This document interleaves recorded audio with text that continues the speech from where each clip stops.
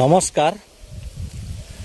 আপোনালোকে মছজিদ ঘৰ আৰু মাদ্ৰাছাত যিসকল মানুহে চান্দা বৰঙণি দিয়ে সেইবিলাক মানুহে সদায় হুঁচিয়াৰ হ'ব। মই কিয় কৈছোঁ এই কথাষাৰ? যোৱা 25 তাৰিখে মই আমাৰ ঘৰত কেইজনমান প্ৰবঞ্চকৰ পালাত পৰি মই এটা বিৰাট ডাঙৰ ঠগ খাইছোঁ। আৰু কি ঠগ খাইছোঁ মই আপোনালোকক সম্পূৰ্ণকৈ কথাষাৰ কৈ আছোঁ। আপোনালোকে ধৈৰ্য সহকাৰে মোৰ ভিডিঅ'টো প্ৰথমৰ পৰা শেষলৈকে চাই থাকিব আৰু আপোনালোকে মোৰ এই ভিডিঅ'টো বেছিকৈ শ্বেয়াৰ কৰিব, যাতে মোৰ নিচিনা আন বেলেগৰ যাতে সেইটো নহয়। প্ৰথমতে মই আপোনালোকক ক'ব খুজিছোঁ যে যোৱা 25 তাৰিখে দিনৰ 1:30মান বজাত মই ঘৰত আছিলোঁ আৰু তেনে সময়তে মোৰ চিলিণ্ডাৰ শেষ হৈছে, গেছৰ চিলিণ্ডাৰৰ গাড়ীখন আহিছে। মই চিলিণ্ডাৰ ল'ম বুলি মই বাহিৰত ওলাই আহিলোঁ খালী চিলিণ্ডাৰটো লৈ। ঠিক তেনে সময়তে চিলিণ্ডাৰৰ গাড়ীখন অহাৰ আগে এখন 4চকীয়া ৰঙা বাহনেৰে, মোৰ ভিডিঅ' স্ক্ৰীণত সম্পূৰ্ণ নাম্বাৰ দিয়া আছে গাড়ীখনৰ আৰু দেখুওৱা হৈছে, সেই গাড়ীখনৰ পৰা এজন মৌলানা নামি আহিছে। মৌলানাজন নামি আহি প্ৰথমতে মোক চালাম দিলে। তাৰ পাছত মোৰ নাম ধৰি যেতিয়া মোক সম্বোধন কৰিলে তেতিয়া মই অলপ থমকি ৰ'লোঁ। কাৰণ কিয়, মোৰ নাম কেনেকৈ জানে? মই যিহেতু মানুহজনক চিনি পোৱা নাই। তাৰপিছত যেতিয়া মই মানুহজনক সুধিলোঁ যে মইতো আপোনাক চিনি নাপাওঁ, তেতিয়া মানুহজনে ক'ল ৰ'ব, গাড়ীত আৰু মানুহ আছে, আহি আছে। গাড়ীখনৰ পৰা এজন খুব শকত আৱত ওখ টাইপৰ এজন ব্যক্তি, মোৰ ভিডিঅ' স্ক্ৰীণত আপোনালোকক দেখুৱাইছোঁ চাওক। সেই ব্যক্তিজন সেই গাড়ীৰ পৰা নামি আহি মোক চালাম দিয়ে আৰু সেই ব্যক্তিজনৰ নাম হ'ল আৰফান আলী। তেখেতে আহি মোক চালাম দিয়াৰ পাছত মোকো নাম ধৰি সম্বোধন যেতিয়া কৰিল, সম্বোধন ধৰাৰ পাছত তেখেতে ক'ল যে মোক আপুনি চিনি পোৱা নাই নেকি? তেতিয়া মই ক'লোঁ নাই, মইতো আপোনাক চিনি পোৱা নাই। তেতিয়া কয় মই ইয়াৰে মাটিয়া থানাত চাব ইন্সপেক্টৰ হৈ বহুদিন কৰ্মৰত আছিলোঁ, এতিয়া মই ইয়াতে নাথাকোঁ, গোৱালপাৰাত থাকোঁ আৰু মোৰ ট্ৰেন্সফাৰ হৈছে, মই গুৱাহাটীত যাম। গতিকে আপোনাৰ তাত আহিছোঁ এটা কাৰণত, আমাৰ মঙলদৈৰ অধিকাৰী ৰাজঘাট, সেই ৰিচিপ্টখনত লিখা আছে মঙলদৈৰ অধিকাৰী ৰাজঘাটত আমাৰ এটা মছজিদ নিৰ্মাণ কৰি থকা হৈছে। তাৰ কিছু ডনেশ্যনৰ কাৰণে আপোনাৰ ওচৰত আহিছোঁ, বৰঙণিৰ কাৰণে আপোনাৰ ওচৰত আহিছোঁ। গতিকে আপুনি 20 বেগ চিমেণ্ট দিব লাগে। তেতিয়া মই ভাবিলোঁ, কাৰণ যিহেতু মই সামাজিক মাধ্যমৰ লগত জড়িত, মোৰ তাত কিছুমান মানুহ আহে, গাড়ী দিও আহি মোৰ লগত মোক লগ ধৰি যায়। মই তেনেকুৱা ভাবিছিলোঁ যে মই সামাজিক মাধ্যমৰ লগত জড়িত মানুহ হিচাপে হয়তো আহিছে মোৰ তাত। তাৰপিছত মোক ক'লে 20 বেগ চিমেণ্ট আপুনি দিব লাগিব। তেতিয়া মই ক'লোঁ মইতো 20 বেগ চিমেণ্ট দিব নোৱাৰিম, মোৰ সম্ভৱ নহয়। আৰু গতিকে আপোনালোকে আহিছে যেতিয়া মই সন্মানটো ৰক্ষাৰ ক্ষেত্ৰত মই 1 বেগ চিমেণ্টৰ দামটো দিম। তাৰপিছত তেখেতে নামানে আৰু কয় নহয় আপুনি 1 বেগ দিলে নহ'ব, অলপ বেছিকৈ দিয়ক আৰু কি। তাৰপাছত মই 2 বেগ দিব খুজিছিলোঁ। তেতিয়াও তেওঁৰ অলপ কমপ্লেইন আৰু যে 2 বেগ নহয়, আপুনি দিয়ে যদি 3 বেগ কৰিয়ে দিয়ক। মই আৰু কি কৰিলোঁ, মোৰ মোবাইলত স্কেনাৰ কৰি অনলাইনত মই টকাটো তেওঁৰ তাত দি দিলোঁ। দিয়াৰ পাছত মানুহজনে আমাৰ গাঁৱৰ আৰু এজন মানুহৰ নাম কৈছিলে। মানুহজনে নামটো কোৱাৰ পাছত মই ভিডিঅ' স্ক্ৰীণত দেখুৱাই আছোঁ কোনজন মানুহ, আপোনালোকে মোৰ ভিডিঅ' স্ক্ৰীণ চাই থাকিব।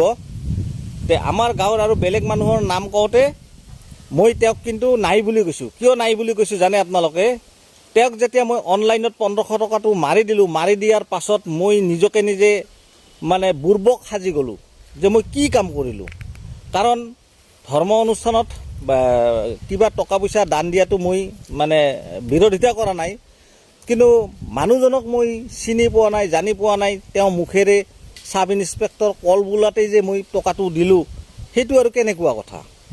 মই বিবেকে মোক খুব দংশন কৰি আছে, মই নিজকে সুস্থিত থাকিব পৰা নাই, মই কি কাম কৰিলোঁ। তাৰপিছত সেই গাড়ীখনত অহা মানুহকেইজনে আমাৰ ওচৰত আৰু একঘৰ মানুহৰ ঘৰত গৈছে।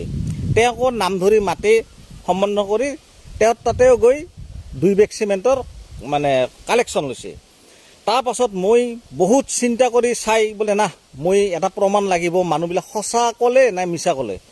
তাৰপিছত মই ভিডিঅ' বনালোঁ, খুব 17 ছেকেণ্ডৰ এটা ভিডিঅ' মই তেওঁলোকৰ ল'লোঁ, সেই মানুহজনৰ ল'লোঁ।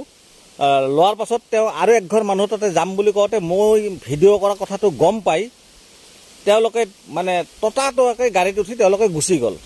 গুচি যোৱাৰ পাছত সন্ধিয়া মই কি কৰিলোঁ, সেই মানুহজনৰ ফটো, গাড়ীৰ নম্বৰ যিটো মই ৰাখিছোঁ মানে মানে স্ক্ৰীনশ্বট মাৰি, আৰু মই সেইটো গ্ৰুপত দিলোঁ। আৰু গ্ৰুপত মই কৈও দিলোঁ যে এনেকৈ মই বৰঙণি দিলোঁ, কথাটো কিমান দূৰ সত্য নাজানো, মোৰ কিন্তু অলপ সন্দেহ হয়। যদি যিহেতু আমাৰ গৰীয়া জাতীয় পৰিষদৰ যিটো অল আছাম বেচিছৰ সেইটো গ্ৰুপ, গতিকে মই তেনেকৈ গ্ৰুপত যেতিয়া শ্বেয়াৰ কৰি দিলোঁ, তেতিয়া কৃষ্ণাইৰ পৰা আমাৰ সতীৰ্থ এজনে ক'লে মোৰ পৰা 11,500 টকা লৈ গৈছে। তেখেতে মোৰ নাম কৈ মানে মোক মাতিছে, মই আহিছোঁ। অহাৰ পাছত মোক তেখেতে কৈছে মই ইয়াৰে কৃষ্ণাইত বহুদিন চাকৰি কৰিছিলোঁ, ছাব ইন্সপেক্টৰ। তেতিয়া সেই ব্যৱসায়ীজনে ভাবিছে যে মইতো অলপ থানাই গৈ থাকোঁ, গতিকে হ'ব পাৰে, সেই বুলি ভাবি তেওঁৰ পৰা 11,500 টকা কালেকশ্যন লৈ লৈছে। তাৰপাছত আমাৰ যি গোৱালপাৰা জিলা পৰিষদৰ জাতীয় পৰিষদৰ যি সভাপতিৰ তৎপৰতাত সভাপতিয়ে ততাতয়াকৈ দৰং ডিষ্ট্ৰিক্টৰ লগত কানেকশ্যন কৰিল, তাতে আঞ্চলিকৰ লগত কানেকশ্যন কৰি গম পোৱা গ'ল যে অধিকাৰী ৰাজঘাটত 2 বছৰ আগতে মছজিদটো কমপ্লিট হৈ গৈছে। তেওঁলোকে কেতিয়াও বাহিৰত চান্দা তোলাৰ কাৰণে বৰঙণি তোলাৰ কাৰণে কেতিয়াও পাৰ্মিশ্যন নিদিয়ে। যেতিয়া মই কনফাৰ্ম হৈ গ'লোঁ, কনফাৰ্ম হৈ যোৱাৰ পাছত মই আজি এই ভিডিঅ'টো আপোনালোকৰ ওচৰত লৈ আহিলোঁ। আৰু সেই যি অধিকাৰী ৰাজঘাটৰ যি মছজিদ কমিটিৰ প্ৰেছিডেণ্ট আছিল, তেখেতে জনাইছে যে গোলাঘাটতো তেওঁলোকে তেনেকুৱাকৈ চাঁদা তুলিছিল, আৰু চাঁদা তোলাৰ পাছত গোলাঘাটৰ পৰাও ৰিচিভ আৰু মানুহৰ ফটোকেইখন দি দিছে তেওঁলোকক।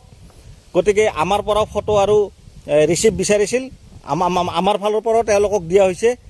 গতিকে মই অসমবাসী ৰাইজক, বিশেষকৈ আমাৰ মুছলিম ভাইসকলক কৈছোঁ, আপোনালোকে মাদ্ৰাছা বা মছজিদ ঘৰত চান্দা বৰঙণি দিবলগীয়া হ'লে খুব ভাবি চিন্তি দিব, অচিনাকি মানুহক নিদিব। কাৰণ যদি অচিনাকি মানুহক দিব লগা হয়, মোৰ নিচিনাকৈ আপোনালোকে ঠগ খাবলগীয়া হ'ব। গতিকে চাওক, মই আচলতে বহুত কি ক'ম আৰু ভাষা নাই। কাৰণ আমাৰ ইছলাম ধৰ্মৰ মানুহ হৈ জনা ভাজি এনেকৈ যে গকাত মিছা কথা কৈ এই বৰঙণিবিলাক যে তুলি আছে আৰু সেইবিলাক যে খাই আছে, নিশ্চয় ওপৰলৈ কিবা ব্যৱস্থা ল'ব নে নল'ব মই নাজানো।